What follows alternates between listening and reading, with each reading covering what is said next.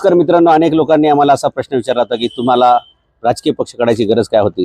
मित्रांनो, सुशिक्षित लोक राजकारणामध्ये येत नाहीत, सुशिक्षित लोकांना प्रतिनिधित्वच मिळत नाही, म्हणून आम्ही स-न-य छत्रपती शासन पक्ष काढला आणि या पक्षाच्या माध्यमातून आज पिंपरी चिंचवड शहरात मी जो पक्ष काढला त्या पिंपरी चिंचवड शहरामध्ये 31 इंजिनियर उभे आहेत, 28 ॲडव्होकेट उभे आहेत, 12 डॉक्टर उभे आहेत, 2 PhD धारक उभे आहेत आणि तब्बल 261 पदवीधर लोक म्हणजे ज्यांनी डिग्री घेतली आहे BA BCom BSc असे 261 लोक उभे आहेत।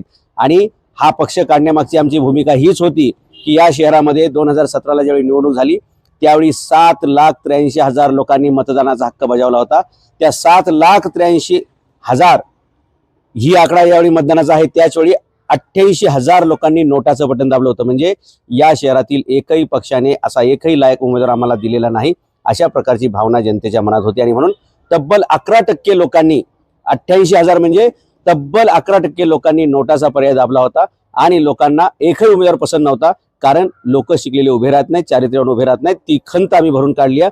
हे आमच्या चळवळीचं, आमच्या राजकीय सनई छत्रपती शासन पक्षाच्या या वाटचालीचं पहिलं यश आहे, हे मला सांगावं लागलं। आणि महाराष्ट्रात येणाऱ्या आता जिल्हा परिषद पंचायत समितीच्या निवडणुकांना सुद्धा आम्ही सर्वत्र असेच सुशिक्षित लोकांना तिकीट देणार आहोत। चालवा मस्तक निवडा पुस्तक हे आमचं ब्रीद वाक्य आहे। सुशिक्षित लोकांनी राजकारणात आलं पाहिजे आणि राजकारणाचं शुद्धीकरण झालं पाहिजे।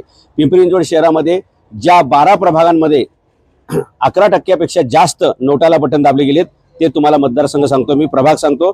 प्रभाग 31 18.5% नोटा, प्रभाग 32 18.5% नोटा, प्रभाग 29 17.5% 16%, प्रभाग 13 14%, 14.5%, प्रभाग 22 14.5%, प्रभाग 16 13.5%, प्रभाग 30 13.5%, प्रभाग 6 13.5%, प्रभाग 8 12.5% आणि प्रभाग 24 12.5%। एवढ्या मोठ्या प्रमाणात लोक नोटाला मतदान करत होते, त्याचं कारण हेच की लायकीचा उमेदवार नव्हता। आम्ही ते चित्र बदलले, आता यावेळी नोटाचा आकडा खूप खाली येईल आणि नोटा वाटणाऱ्याचा सुद्धा आकडा कमी येईल। यावेळी कोणीही नोटा घेणार नाही आणि यावेळी कोणीही नोटा वाटणार सुद्धा नाही। नोटालाही बटन कोणी दाबणार नाही, नोटाही कोणी घेणार नाही। मित्रांनो, आपण ज्यावेळी लोकशाहीमध्ये मतदान करतो त्यावेळी लक्षात ठेवायचं की आपण नोटाला मतदान करायला आता गरज राहिलेली नाही।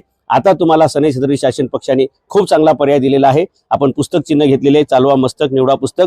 सुशिक्षित लोकांनी राजकारणात या आणि सुशिक्षित लोकांनी मतदानाला बाहेर पडा, 100% मतदान करा।